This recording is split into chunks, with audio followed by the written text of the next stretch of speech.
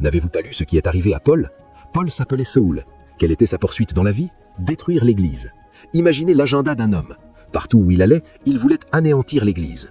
Il prenait des lettres des anciens à Jérusalem pour aller à Damas arrêter des gens comme nous et les jeter en prison. Puis il a eu une rencontre dans Actes 9, 4 à 6. Il s'est levé de cette rencontre et est devenu lui-même un apôtre. Souvent, quand vous voyez le diable utiliser quelqu'un d'une certaine manière, l'opposé est son appel. Mais il faudra une rencontre pour le reprogrammer. L'opposé est son appel. Le diable a vu que vous alliez être au gouvernement et apporter la délivrance à cette nation, alors le diable fait de vous un agent anti-gouvernemental. Toute politique du gouvernement, tout ce qui arrive pour bénir le pays, vous le détruisez, parce que vous êtes censé avancer cette même réalité. Mais il faudra une rencontre pour que vos lentilles soient changées. Donc les rencontres sont transformatrices. Numéro 3, il y a les rencontres basées sur la commission. Moïse en a eu une dans Exode 3, 10. Il a vu un buisson qui brûlait sans se consumer. Il est reparti et retourné chez le même pharaon dont il avait fouillé. Vous savez que Moïse connaissait son appel, il le savait. Mais quand il a osé avancer cet appel avec l'énergie de la chair, il a rencontré quelque chose de plus fort que lui. Quand la colère de Pharaon s'est tournée contre Moïse, il a pris la fouille. Personne ne lui a dit. Voyez, beaucoup d'entre vous, quand vous considérez le poids de votre destinée, la peur vous frappe. Vous êtes assis quiètement avec votre famille et Dieu vous dit « Je t'ai donné le Royaume-Uni ». Alors vous vous demandez « Comment vais-je prendre le Royaume-Uni » Dans certains cas, Dieu vous dit « Je t'ai donné l'Europe ».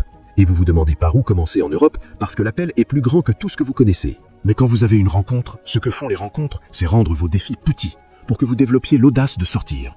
Et quand vous sortez, vous voyez la main de Dieu. Il y a donc des rencontres catégorisées comme des rencontres basées sur la commission.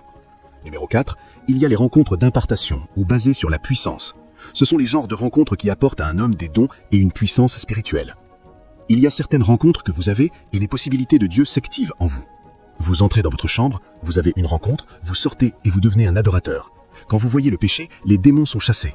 Vous entrez dans votre chambre, vous avez une rencontre, vous sortez et vous devenez un conseiller.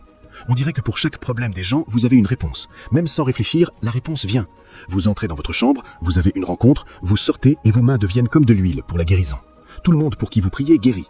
Vous ne savez même pas ce qui se passe. Rien n'a changé dans votre foi. Votre foi est restée la même. Pourtant, vous voyez des manifestations que vous ne pouvez pas expliquer. Un don, une puissance vous a été donnée. Dans Acte 2, à partir du verset 1, la Bible dit « Quand le jour de la Pentecôte fut arrivé, ils étaient tous ensemble dans un même lieu. Soudain, un bruit vint du ciel, comme un violent coup de vent, et le lieu où ils étaient assis fut rempli de l'Esprit. Immédiatement, ils sortirent et commencèrent à parler en langue. Ils n'avaient pas étudié, personne n'avait manifesté cela avant, mais ils commencèrent à parler en langue. Et puis, à partir de là, ils virent des miracles.